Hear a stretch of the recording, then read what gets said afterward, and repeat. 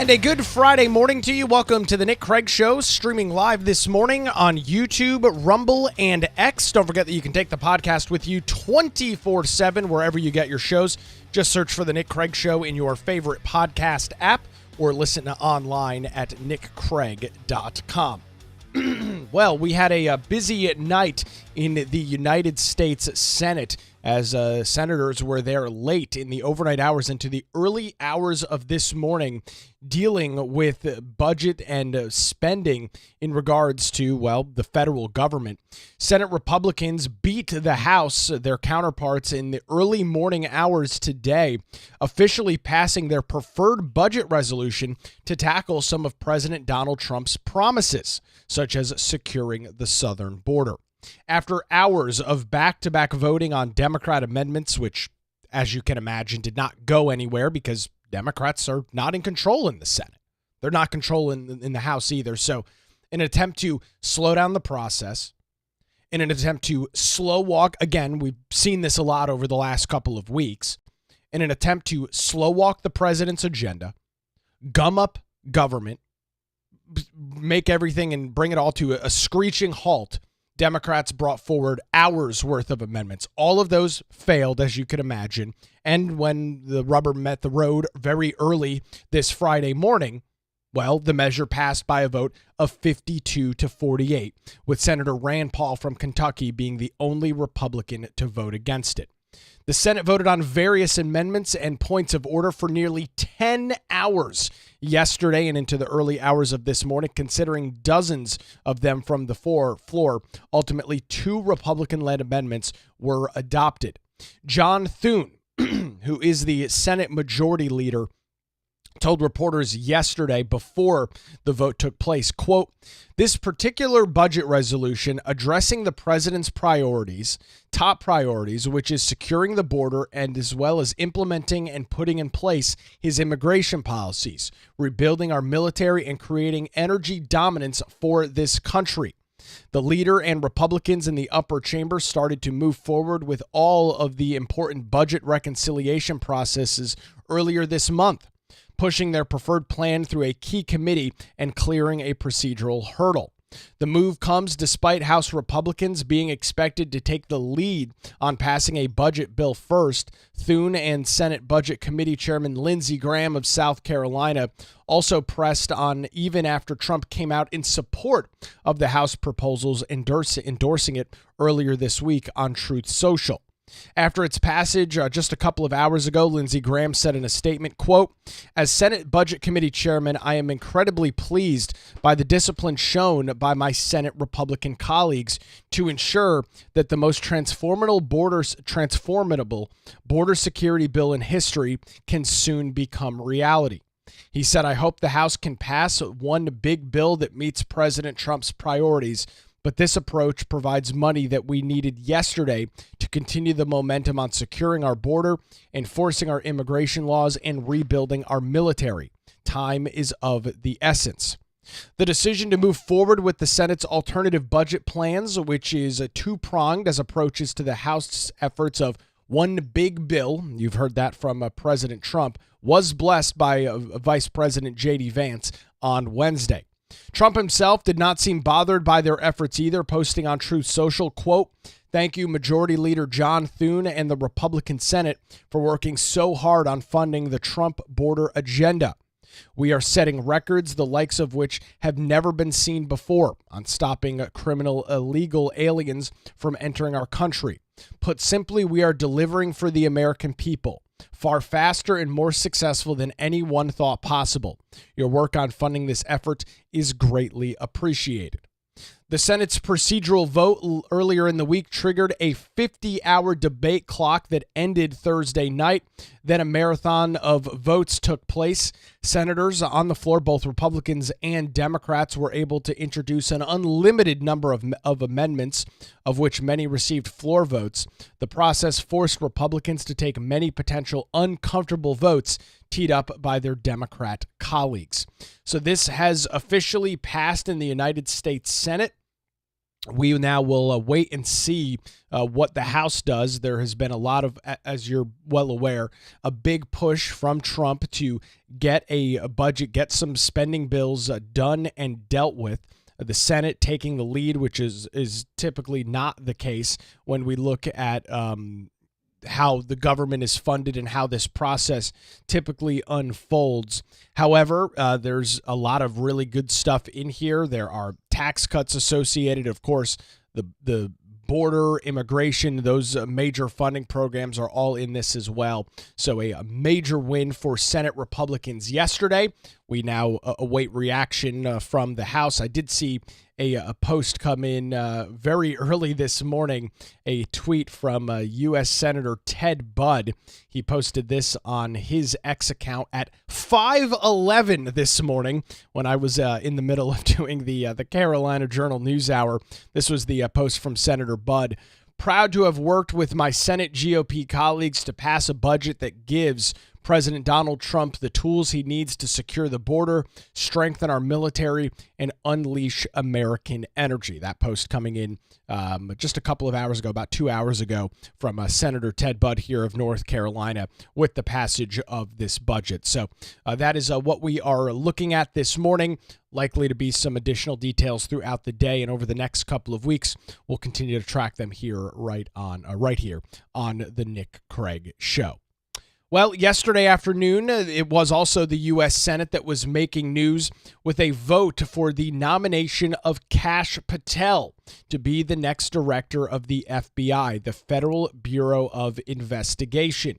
He was successful in that vote, all but 2 Republican senators voting in favor of Kash Patel, a major win for the FBI, and I would argue a major win for the American people.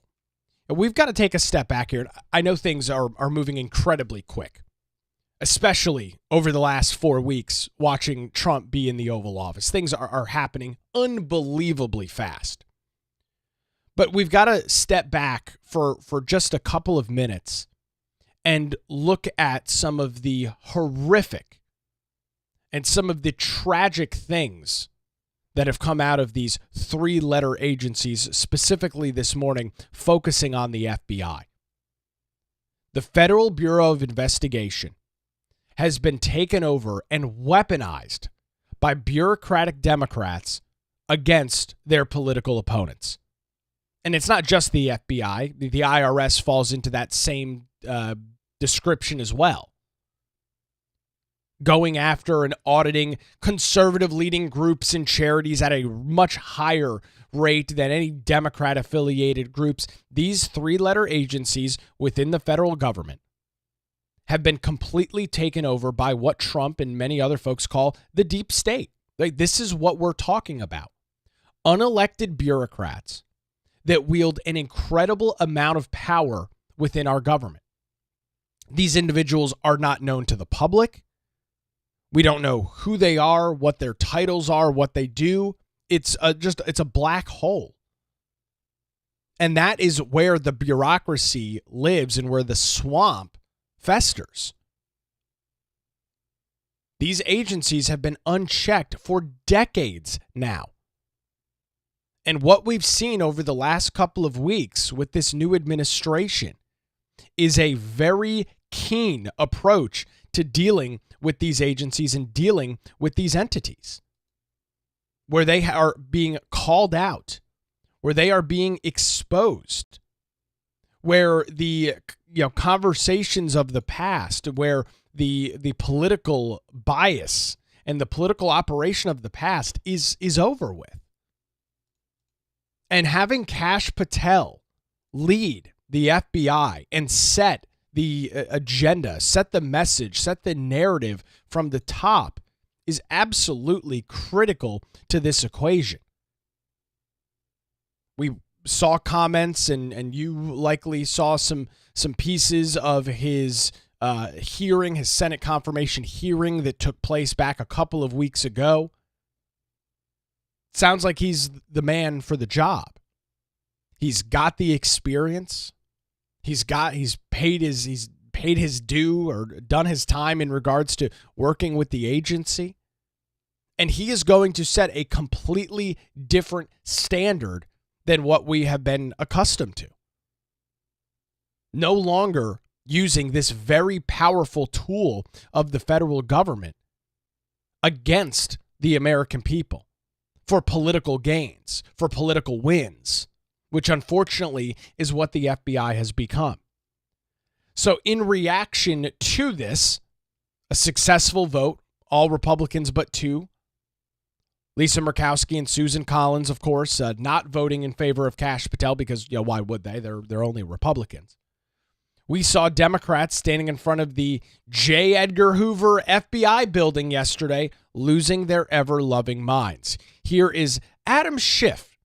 You all know and love Adam Schiff. This is what he had to say about Kash Patel after he was successfully confirmed by the United States Senate yesterday. This is someone we cannot trust. This is someone who lacks the character to do this job, someone who lacks the integrity to do this job. We know that. Our Republican colleagues know that. The only qualification Kash Patel has to be FBI director is that when everyone else in the first Trump administration said, no, I won't do that, that crosses moral, ethical, and legal lines, Kash Patel said, sign me up. In the first Trump administration, as we are seeing in the second, you rise to the level of your sycophancy, and no one is a bigger or more dangerous sycophant than Kash Patel. This political hack does not deserve to be in this building. He can't do the job. He won't protect the public. He will misuse the resources of the Bureau. He will weaponize it against the president's political opponents rather than protecting the safety, the public safety of the American people. Adam Schiff can go to hell. What the balls on this guy to stand up here and make the claim that Kash Patel does not deserve to be in this building. Hey, Adam, you guys lost. You remember what happened in November? You guys got your asses kicked in the general election. The American people rejected the bill of goods that you were trying to sell them. They are fed up with the status quo within the federal government. They are fed up with the FBI going after Catholic churches, deeming parents that go to school board meetings domestic terrorists. You guys have created this monster. You guys have created this atmosphere. And now you're getting a taste of your own medicine. Gone are the days of Democrats. And of course, he makes the claim he's going to use the FBI to go after his political opponents. You mean like you guys have done? This is typical projection from the left. They weaponized the FBI, the Federal Bureau of Investigation, to go after conservatives, go after religious groups, and go after parents who were fed up and sick with their school system, with their school district, allowing men in their daughters' bathrooms. If you showed up at a school board meeting and spoke displeasure to that taking place, the FBI wanted to put you on a terror watch list, wanted to deem you a domestic terrorist for having such a wild idea that boys should not be allowed in female bathrooms, locker rooms, whatever it is within the school system. The Democrats created this in an attempt to win over the very small and minute trans community. Democrats created all of these problems for themselves.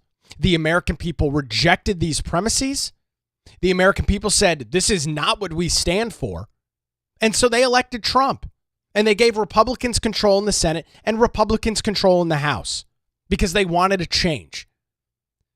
So for pencil neck Adam Schiff to stand in front of the J. Edgar Hoover building yesterday and claim that Kash Patel should not be in there, he can go to hell. This guy is the lowest of low. Adam Schiff has no morals. He is a complete and total scumbag. Absolutely no morals. Is the worst kind of politician. Don't you remember him and all of his fake information in the first Trump administration? And just look at his smug face. So I hope he continues to sit and cry in front of the FBI building, because I can promise you this. The Democrats' reign and the way in which they politically operate is about, and we've already seen it over the last couple of weeks, but it's only going to get worse. It is completely getting dismantled. It is completely getting stripped away. So let's see what more insight pencil-necked, liar, loser, scumbag Adam Schiff has to say about Kash Patel. Let's take a listen to his political insight. We will vote no. Our Republican colleagues, intimidated by this president and threats of primary challenges from MAGA world, may vote to confirm him. Oh, they did. But as my colleagues have said, they will have to live with that vote, be accountable for that vote, and be accountable for all the destruction that Patel does to this premier law enforcement agency. Oh, premier law enforcement agency. Mm-hmm. Yeah, when I think of the FBI and I think of all the scandals over the last couple of years, that's the first thing that comes to my mind. Premier law enforcement agency. I hope Kash Patel does an incredible amount of damage to the FBI because it is broken in the way it operates right now. I hope Kash Patel's like a bull in a china shop in the FBI this morning. Because the leadership of that organization, the unelected bureaucrats that have turned what was a premier law enforcement agency into nothing more than a political bargaining chip for the Democrats, need to be exposed, and they are. And Kash Patel is going to, I can promise you, is going to be the worst thing that these people could ever imagine. Their reign of unchecked, politically motivated attacks and politically motivated bias is over. Democrats know that this is the case. They know what they've been doing behind the scenes. Adam Schiff, more than anybody else, the liar scumbag that he is, they know what they've done. They know it's going to be exposed. They know they can't do it anymore. So what is the response? This, what you're watching right now. And we, us Democratic members of this Judiciary Committee, stand shoulder to shoulder with the professionals in the FBI, with law enforcement everywhere, and we wish our colleagues would do the same. And with that, let me... yeah, well, you guys lost, so it doesn't really matter what you say. We won, you lost, we're in charge, you're not. We get to do what we want, you guys don't. It's really as simple as that. There's not much more to say. So that's loser Adam Schiff, and that's what he had to say. Now, how about Senator Sheldon Whitehouse? What did he have to say in regards to this? Again, was before the confirmation vote, but again, the votes were already in. Kash Patel was going to be confirmed. So let's see what Democrats had to say. Let's see what Senator Sheldon Whitehouse had to say about old Kash Patel. Judiciary Committee, what crimes it was that he was concerned about that caused him to plead the Fifth. Kash Patel, mark my words, will cause evil in this building behind us, and Republicans who vote for him will rue that day. Well, rue the day. Interesting. Republicans are going to rue the day. That's rather peculiar, because it seems like it is the Democrats that are having a full-blown panic attack over Kash Patel being confirmed. The same way that they had a panic attack over Pete Hegseth being confirmed. The same way that they've had panic attacks over RFK Jr. being confirmed. Ladies and gentlemen, it's hard to understand this and realize this when we're in the midst of it right now. But if things continue the way in which they have over the last couple of weeks, for the next couple of years, what you are witnessing right now is generational, once in a lifetime change in regards to the federal government. I was at the New Hanover County GOP meeting last night, the final meeting before their county convention. I had the opportunity to moderate a candidate forum. Wasn't a debate, but a candidate forum between two of the incoming groups that want to run the local Republican Party. And before that, the county chairman in Nevin Carr was going through some of the wins that the Trump administration has had over the last couple of weeks. And he made the point that he never thought in his lifetime he would see some of these things come to fruition. I mean, the things that you are seeing right now, things that are being discussed and things that have already happened, are things that conservatives have been talking about for decades. It's things that Republicans have told them they were going to do for decades. But it's never materialized. Nobody's really ever had the willingness to do what's happening right now. Donald Trump is operating on a different level right now. The things that he is doing, the dismantling that he is doing to the federal government as we speak this morning, I don't think anybody in their wildest dreams thought things would be going the way that they are right now. And again, it's hard to see it when you're in the middle of it. Right? The old saying, it's sometimes hard to see the forest through the trees. You're in the middle of the forest. That's, I think, what we're living in right now in regards to generational, once in a lifetime change to the federal government. It is being led by Trump. It is being led by people like Pete Hegseth, Marco Rubio, Pam Bondi, Sean Duffy, Kash Patel. These individuals are leading the generational change that our federal government not only needs, but if it doesn't happen, if things just continue going along the way that they have for decades in the past, there is a very real risk and threat to our country.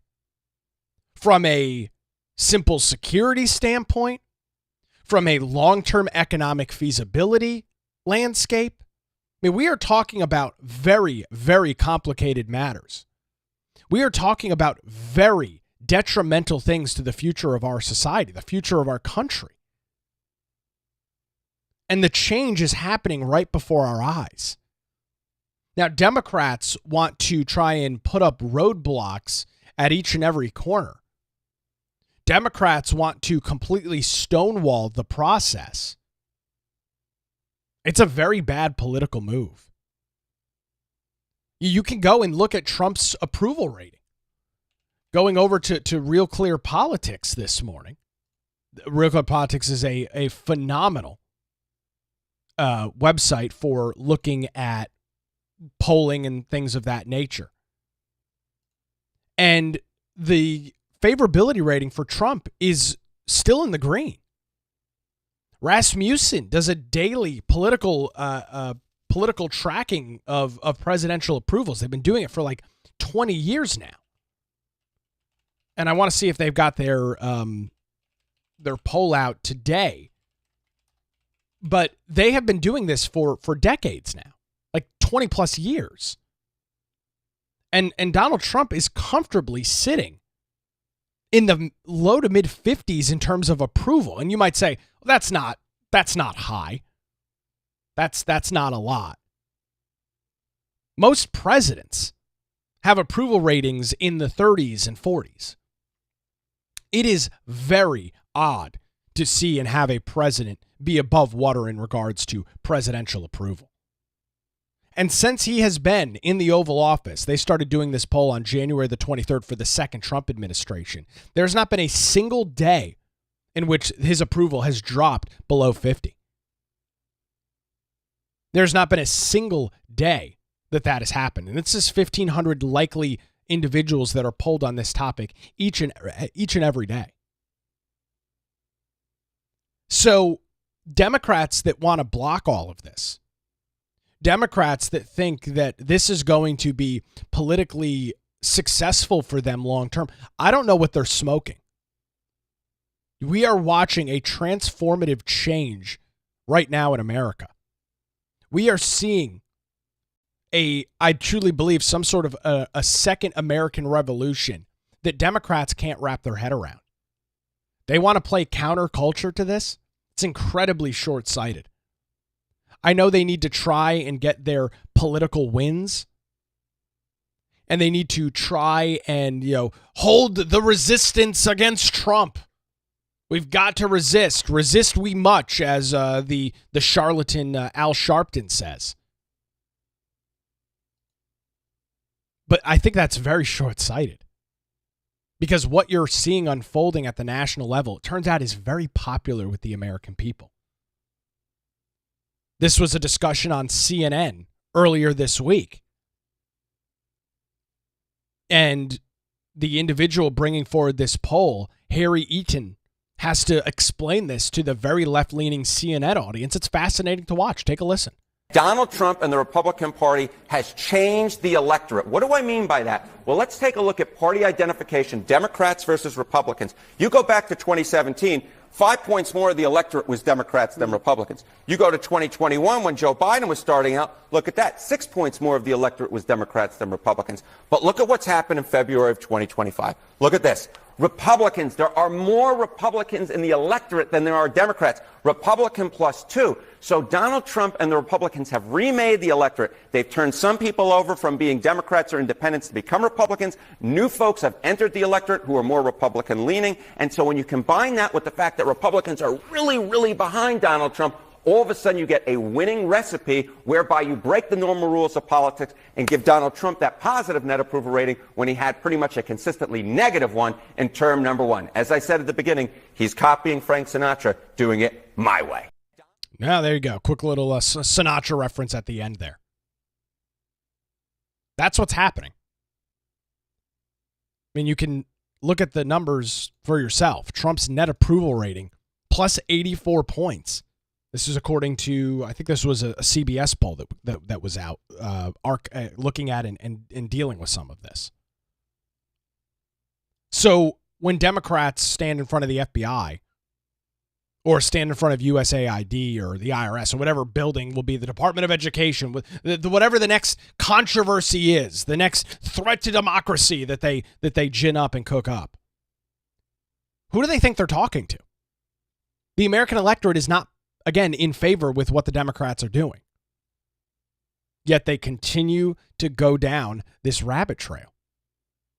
It is incredibly short-sighted. And you've got some Democrats that are starting to understand this, can see the forest actually through the trees and understand what's going on in America. I've got a very, very interesting clip from Mayor Pete Buttigieg yesterday that will probably shock you. I've got that coming up, plus a very interesting report over at the New York Times.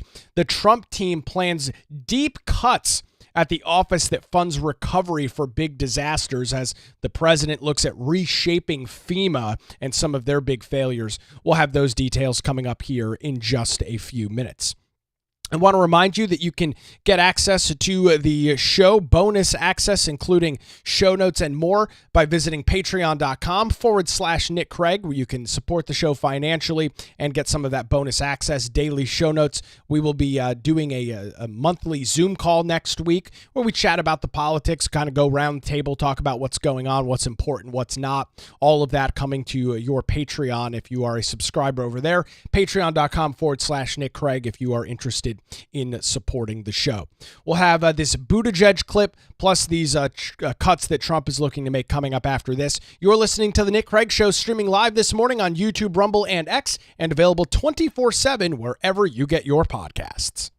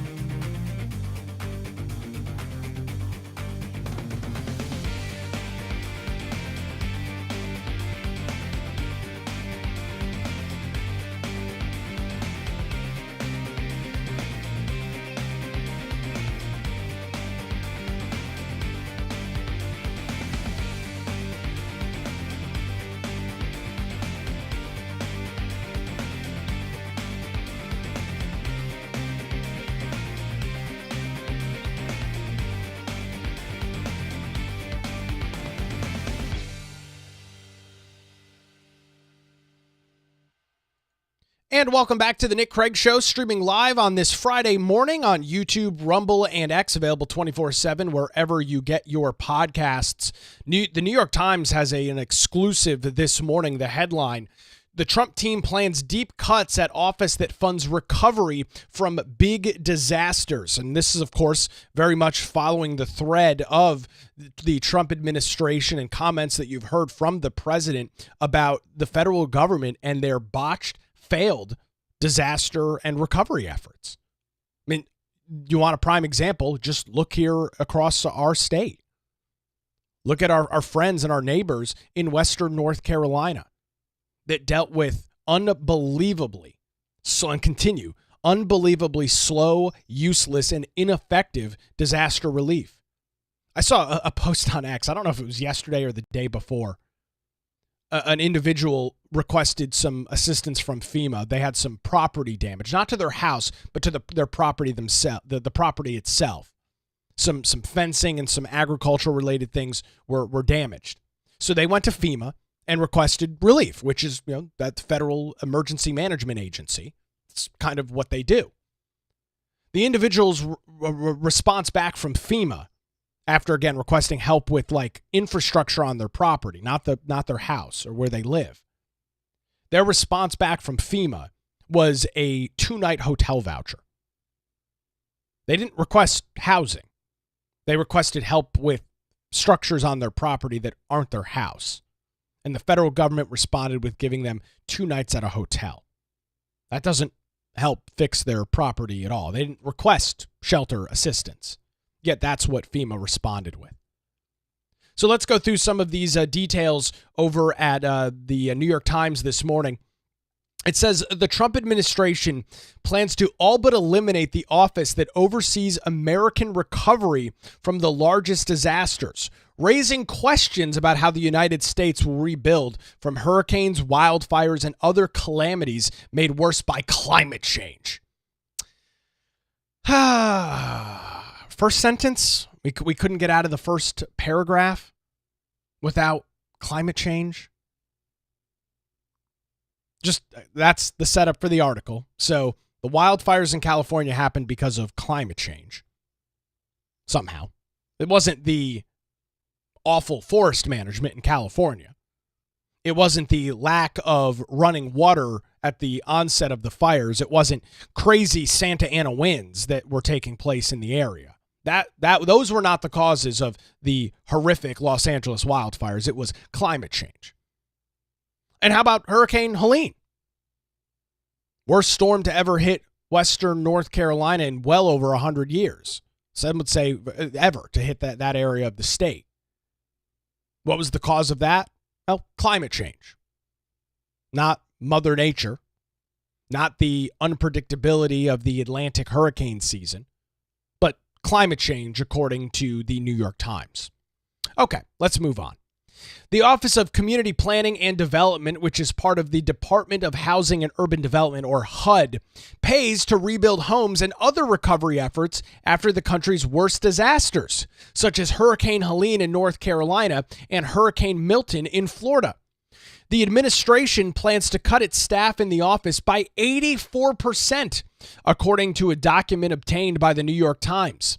The number of workers would be cut to 150 from 936 when Mr. Trump took office last month. Those cuts could slow the distribution of recovery money to North Carolina and other recent disasters, depending on how quickly they happen. Don't you love this? So the New York Times, of course, first of all, talking about climate change and then saying, well, if these individuals lose their jobs, if Trump cuts 84% of this department, the disaster relief and the distribution of money could be slow. Hurricane Helene hit 7.5 months ago. You still have individuals that are waiting for a response from FEMA. How much slower can it get? That's the concern? That the relief is going to be too slow? Helene hit the state in September of last year. Not 2 weeks ago, but September. The federal government has been twiddling their thumbs and dragging their feet on federal relief for 7 months. Private charities and agencies and organizations have been the ones that have stepped up to provide relief in Western North Carolina. It sure as hell hasn't been the federal government. So, now the relief is going to be slow. Oh, okay, great. Great. So it was very efficient before. And because Trump's going to make these cuts at HUD, now all of a sudden the relief's going to be very slow. Well, we can't possibly have that. A spokeswoman for the department, Casey Lovett, said in a statement, quote, HUD is carrying out President Trump's broader efforts to restructure and streamline the federal government to serve the American people at the highest standard. The primary responsibility, this is her statement's over. Back to the New York Times article. The primary responsibility for rebuilding communities after major disasters falls on the Federal Emergency Management Agency, FEMA, which helps state and local governments pay to repair or rebuild damaged roads, bridges, schools, water treatment plants, and other public infrastructure. The agency also provides money to help repair damaged homes. But some disasters are so big that they exceed FEMA's funding, or the damage doesn't fit neatly within FEMA's programs. Doesn't fit neatly within FEMA's programs. That's the issue right there. I'm positive the author of this article, who just based on the first paragraph talking about how these storms are getting worse because of climate change, does not agree with the president, does not agree with the majority of the things that you and I stand for. So he says that these disasters are big or the damage doesn't fit within FEMA's programs. That's exactly the issue. The red tape, the bureaucracy, the federal government, and the way that we just do things around here is the issue. That's what Trump is trying to fix. What do you mean the damage doesn't fit neatly within FEMA's programs? Well, I don't even know what that means, except for red tape and government bureaucracy. This federal agency has created a bunch of busy work for employees and has created this structure of how they do things that is inefficient and ineffective. It doesn't matter what the storm is. It doesn't matter if it's a tornado or a hurricane or a wildfire or a massive winter event. What do you mean it doesn't fit within FEMA's programs? They're the freaking Federal Emergency Management Agency. Their job is very simple. Respond to disasters like this. Respond to emergencies like Helene, like the California wildfires. There should not be neat FEMA programs. You've got to be able to check all 15 of these boxes. To hell with that. That's the issue. But I assume the author doesn't grasp that. When that happens, Congress can choose to provide additional help through a program at HUD called the Community Development Block Grant Disaster Recovery Program. That extra help from Congress can involve far greater sums than what FEMA can provide. In 2006, for example, Congress provided almost $17 billion to rebuild the Gulf Coast after Hurricanes Katrina, Rita, and Wilma. After Hurricane Sandy, Congress gave Housing and Urban Development more than $15 billion to help rebuild the Northeast. As disasters have grown far more frequent and severe, which is not true, HUD's disaster recovery program has become central to the country's strategy for coping with climate change. Coping with climate change. Okay. During the 1990s, Congress typically gave the program a few $100 million a year. Drop in the bucket, just a couple $100 million. Over the past decade, by contrast, Congress has often provided billions or even tens of billions annually. HUD's disaster recovery money also comes with fewer strings attached. Oh. The money is largely used to rebuild homes that were either uninsured or underinsured, which the Federal Emergency Management Agency does not pay for. It also goes towards rebuilding infrastructure that's not covered by FEMA, like private roads and bridges that were significantly damaged by Helene in North Carolina. The money can also be used for job training to help workers who employees were out of business after the disaster. So I guess my question is this, reading through this article and looking at some of the details. My question is pretty simple. Why is FEMA not able to provide and administer these tasks? Why is this falling under HUD? Now, this is not a criticism of housing and urban development, but we've got FEMA. I mean, this is exactly what's wrong with the federal government. We have FEMA, which is set up to deal with these disasters. So instead of retooling FEMA to do some of these things that the author claims HUD is responsible for, like underinsured or uninsured housing, like private infrastructure like roads and bridges, if FEMA is not capable of implementing and falling forward on these tasks, instead of just giving the money to somebody else to do the job, why don't we just retool FEMA? This is where government falls apart. They have so much bureaucracy that they built up. They go, well, we're FEMA. We don't have the ability to deal with private roads and bridges. That's not under a scope of one of our programs. That doesn't fit in one of our nice buckets that we've lined up here on a row. And instead of asking the question, why? Instead of saying, well, then change your policies, change your programs to provide this, they go, well, then let's just funnel money to HUD and HUD will be the ones dealing with it. HUD is responsible for private roads and bridges? Doesn't make any sense. Doesn't make any sense at all. HUD is responsible for paying employees that can't work because the businesses that they worked for were destroyed by the natural disaster? How does that fall under HUD?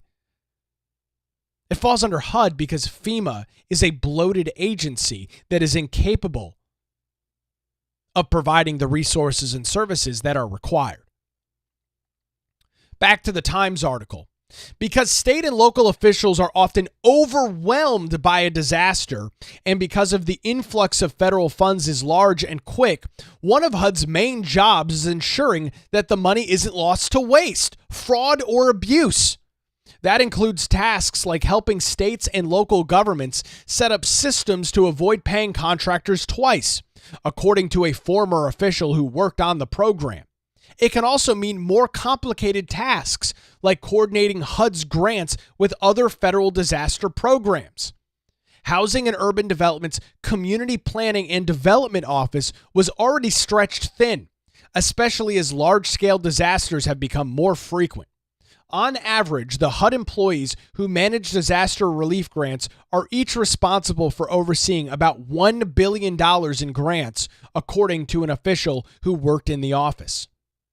Deep cuts to staffing levels would make it harder for HUD to prevent fraud, waste, and abuse, as if the New York Times or the Democrat writing this article gives a damn about fraud, waste, and abuse. According to two former officials familiar with the program who spoke on the condition of anonymity out of fear of retaliation. The cuts are being directed by the so-called Department of Government Efficiency, whose stated goal is to reduce fraud, waste, and abuse. The Community Planning and Development Office is responsible for managing other spending programs beyond disaster recovery. Those include paying for infrastructure upgrades like sewers and sidewalks, affordable housing programs, and projects like Meals on Wheels. A pretty interesting piece over at the New York Times. So, again, here's the takeaway from this article. FEMA is too big. FEMA is too bloated to do the simple task of providing disaster relief. So they've had to bring in other agencies like HUD to administer these programs because FEMA is too incapable to do so. Now Trump is trying to streamline federal disaster recovery, federal disaster relief, and Democrats like this author over at the New York Times are saying, well, now the process is just going to be too slow. There's going to be too much fraud, waste, and abuse. I wish an article like this was written 6 months ago or 5 months ago or 4 months ago when individuals in Western North Carolina were being kicked out of hotel rooms because FEMA was incapable of communicating with them in a timely and an efficient manner to let them know whether they'd have a place to lay their head the next night. I mean, you want to talk about government agencies not acting in an efficient manner.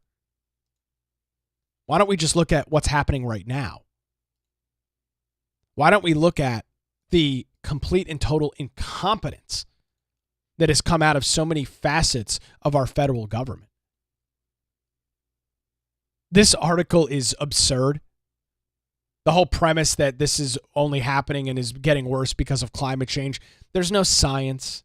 There's no evidence. There's no data to back any of this up. It's nothing more than political pandering and wish casting from the left. And I obviously, having dealt with natural disasters like many of you have here in southeastern North Carolina, having talked to friends and various folks out in the western half of the state, heard those firsthand accounts of the disaster that has taken place, the complete and total lack of federal response, the slow walking of everything that's been going on. Things need to change. What we have right now is not working. You can't continue down this path without making serious changes. And I'm very grateful that Trump has put together a task force to look at how the federal government deals with emergencies and disasters in the future. You can go on X, you can go on Facebook, and you can go on YouTube and find the real life personal impact and stories of individuals that unfortunately firsthand have had to deal with the complete and total incompetence out of the federal government. They're real. They affect real people. They severely impact these individuals' lives. So Trump's cutting 84% of the staff at this HUD office. Okay, good. We've got to retool how we respond to disasters like wildfires in California and hurricanes in North Carolina. What we're doing right now doesn't work. Just doing it the way that we always have has led us to this position, has put us where we are right now, which is unresponsive results from our federal government, FEMA being the top offender of this. I'll throw a link to this full article over in the show notes over at patreon.com/Nick Craig. Well, many of the stories that we cover each and every weekday morning, it is very difficult to keep up with all of the news, especially as it's happening so rapidly. That's why I use Ground News. Ground News is an app and website that combines news from around the world in one place so that you can compare coverage. For every new news source, you can see if they have a political bias, how reliable their reporting is, and who owns them. One of the great features of Ground News is their blind spot feed that highlights news disproportionately covered by one side of the political spectrum. Get news from thousands of sources worldwide in one place and verify your information. I use Ground News every day to prep for the show. Subscribe through my link to get 40% off your Vantage subscription. That's the one I use to get unlimited access to every feature. Visit nickcraig.com/ground to learn more and save 40%. That's nickcraig.com/ground. Your subscription not only helps this show, but it also supports Ground News as they make the media landscape more transparent. Visit nickcraig.com/ground to learn more details now. Appreciate Ground News. Great website. I literally use it all the time. It got the app on my phone, have it bookmarked in my browser, use it every single morning as I'm going through and at night going through and picking up various pieces of news for the show. All right, so let's kind of regather here. I mentioned that we're talking earlier about Kash Patel, talking about how the Democrats are continuing down this rabbit hole of fighting for things and going after things and making ridiculous comments about things that are incredibly unpopular. They are, for whatever reason, digging their heels into the sand on things that are just not popular issues. Whether it's men in women's bathrooms, whether it's, these weird transgender sports rules, diversity, equity, and inclusion, things that are very, very unpopular. And I'm not sure why they are continuing down this path. It's a detrimental path, but they are. At least most of them are. We heard from Adam Schiff and Senator Whitehouse earlier this morning. And they're just saying, Kash Patel is the worst guy that's ever existed, this, that, and the other. There are, however, some Democrats that are changing their tune. I've got a very interesting video clip, an audio clip for you this morning. Pete Buttigieg was speaking at an event yesterday, or 2 days ago, rather, and ripped into the Democrats as to how they're handling some of these complex issues, how they're messaging some of these topics. This was a very interesting insight from Pete Buttigieg. Take a listen to this. A little bit of that event you described, and it was a caricature of everything that is wrong with our ability both to cohere as a party and to reach to those who don't always agree with us. And we cannot go on like that. We cannot. I also think that we believe in the values that we care about for a reason. And this is not about abandoning those values. It's about making sure we're in touch with the first principles that animate them. What do we mean when we talk about diversity? Is it caring for people's different experiences and making sure no one's mistreated because of them, which I will always fight for? Or is it making people sit through a training that looks like something out of Portlandia, which I have also experienced, and it is how Trump Republicans are made, if that comes to your workplace with the best of intentions, but doesn't actually get at what actually matters here, what's actually at stake. I think, and this might sound counterintuitive, if we were more serious about the actual values and not caught up in vocabularies and trying to cater to everybody only in terms of their particular slice of combinations of identities versus the shared project, actually, if we thought about it a little bit differently, things like diversity would be actually an example of how we reach out beyond our traditional coalition. I'm going to stop Pete Buttigieg right there and roll this back a second. This is exactly the issue that the left has right now. Inside of their coalition, they've got all of these little subsects of groups that they have to deal with. All of these weird identity politics groups that exist inside the Democrat Party.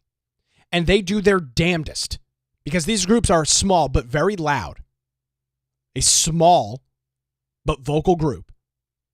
The Democrats have found themselves in a position where they have to pander to all of these little slices of the cake.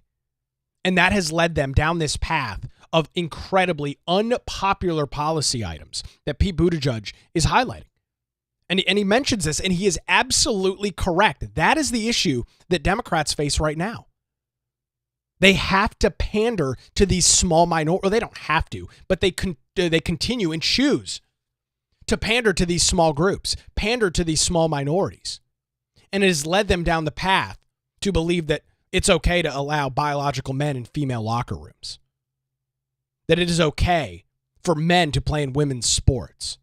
This is where it's led them. Pete Buttigieg obviously understands this is an issue. I rolled it back a little bit. Listen to what he says. This is very, very important. Actually matters here, what's actually at stake. I think, and this might sound counterintuitive, if we were more serious about the actual values and not caught up in vocabularies and trying to cater to everybody only in terms of their particular slice of combinations of identities versus the shared project, actually, if we thought about it a little bit differently, things like diversity would be actually an example of how we reach out beyond our traditional coalition. And what I mean by that is the opposite of diversity is uniformity. And if there's one thing I really respect about principled conservatives, even if I don't always agree with them, it's that they have a horror of anything that has a whiff of being pressed into conformity by government or by society. So I would like to appeal to people who, whether it's because of a conservative or libertarian instinct or a more progressive instinct, or I would say just an American belief that part of the point of living in a country like this is you don't have to conform to what other people demand of you, that we're not only on board with that, we're champions of that. Wow. You talk about speaking some truth. Holy smokes. Pete Buttigieg is giving the Democrat the playbook for them to be very successful politically. He is giving them the playbook to be very successful electorally in regards to winning political office. I strongly, if Pete Buttigieg stays on this thread, which who knows, he may fall off it. He may be browbeaten by the progressive left off of it. But if he stays on this thread, and this is his message, This guy, to me, is the front runner for Democrats in 2028.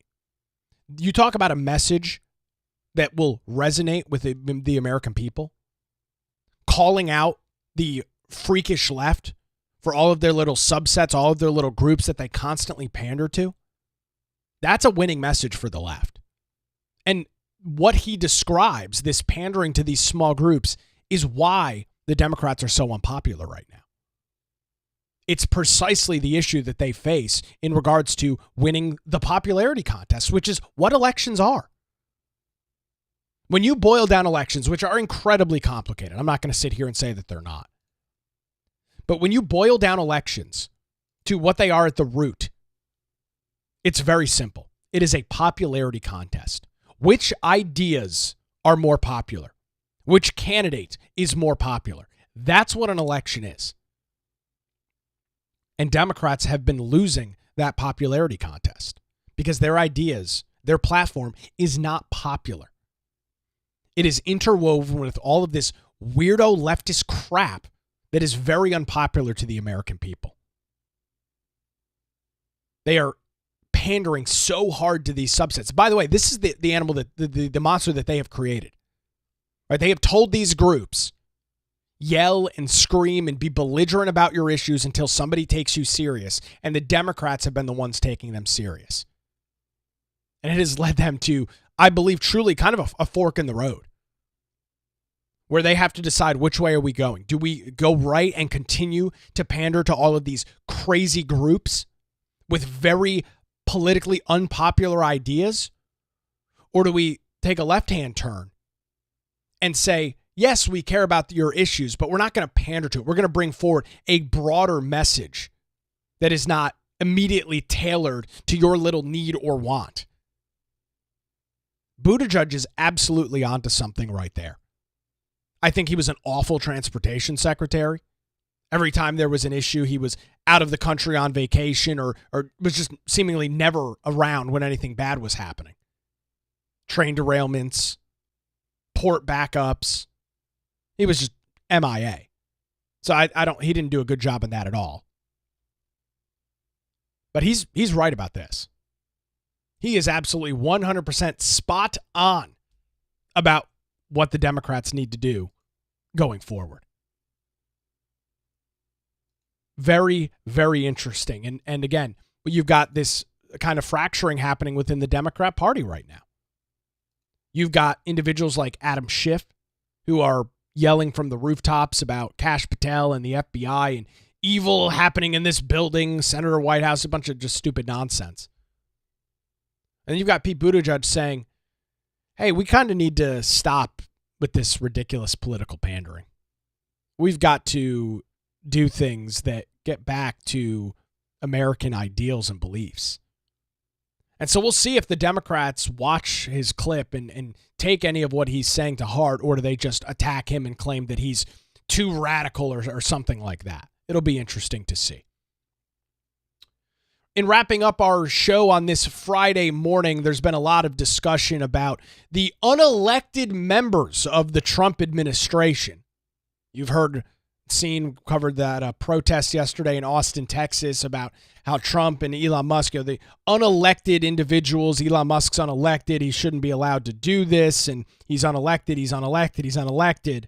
There was a question at the White House press briefing yesterday. The Deputy Chief of Staff, Stephen Miller, was asked about these unelected people within the administration and gave, I thought, a pretty concise civics lesson. A phenomenal clip from Stephen Miller. Take a listen to this. It is true that many of the people in this room for 4 years failed to cover the fact that Joe Biden was mentally incompetent and was not running the country. It is also true that many people in this room who have used this talking point that Elon is not elected fail to understand how government works. So I'm glad for the opportunity for a brief civics lesson. A president is elected by the whole American people. He's the only official in the entire government that is elected by the entire nation, right? Judges are appointed, members of Congress are elected at the district or state level, just one man. And the Constitution, Article 2, has a clause known as the vesting clause, and it says the executive power shall be vested in a president, singular. The whole will of democracy is imbued into the elected president. That president then appoints staff to then impose that democratic will onto the government.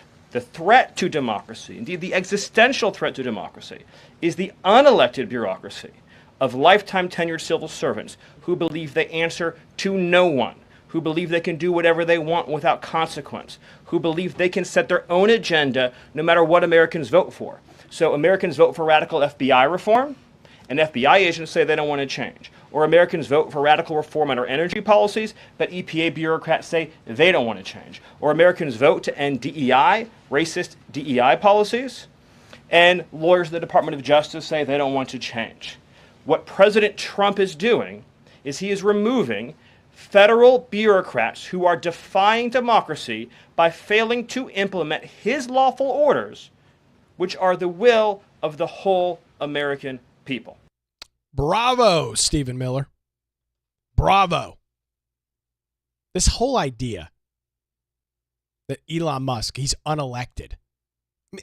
What a ridiculously stupid thing for the left to run on. We didn't elect Elon Musk. Yes, we're fully aware he was not running for president. You know, as Stephen Miller noted, the only person that you elect countrywide is the president. And he surrounds himself with individuals to carry out his agenda. The same way that it has happened for the entirety of this American experiment. You surround yourself with individuals that are going to push your agenda forward. Democrats do it, Republicans do it. There's no issue with it at all, regardless of the political party. Now, the Democrats hate Elon Musk. They despise the fact that he is tearing up their ridiculous radical policies within these administrations, as Stephen Miller pointed out. The president says and the American people say, we don't want these things. And bureaucrats within these agencies, whether it's, as he noted, FBI or EPA, whatever, they decide, well, we don't want to do things that way. We want to keep things the way that it was. Keep things the way that it's always been, right? Because that's how we operate as the federal government. We always do it like that. So now Trump is putting in people that say, no, that is no longer a valid excuse. We're changing. We're carrying out the will of the American people. All of these left-wing institutions that wield ungodly amounts of power are being dismantled. All of these left-wing institutions are being gutted and stripped. And that's where the Democrats hold a lot of their power. It's where they're able to be so effective in pushing their far-left progressive agenda forward. Trump and Elon Musk and other folks within the administration are shaking that up. They're dismantling that. And now you're seeing the Democrats' response to it. Claiming that Elon Musk is unelected, we didn't vote for him, he shouldn't be there, it's unconstitutional. Claiming that Trump is an authoritarian, Republicans are authoritarians. They're losing all their toys. They're losing all their political power within these bureaucrats installed in these agencies. I am all for it. The American people are all for it. Great civics lesson there from Stephen Miller. I'll have the link to that in the show notes over at patreon.com/Nick Craig. Well, that's going to do it for a Friday edition of The Nick Craig Show, streaming live on YouTube, Rumble, and X, and available wherever you get your podcasts. Hopefully you have a great weekend. Coming up Monday morning, we will dig into property reevaluations in New Hanover County. An interesting discussion on that and more. Have a great weekend. We're back with you Monday morning right here on The Nick Craig Show.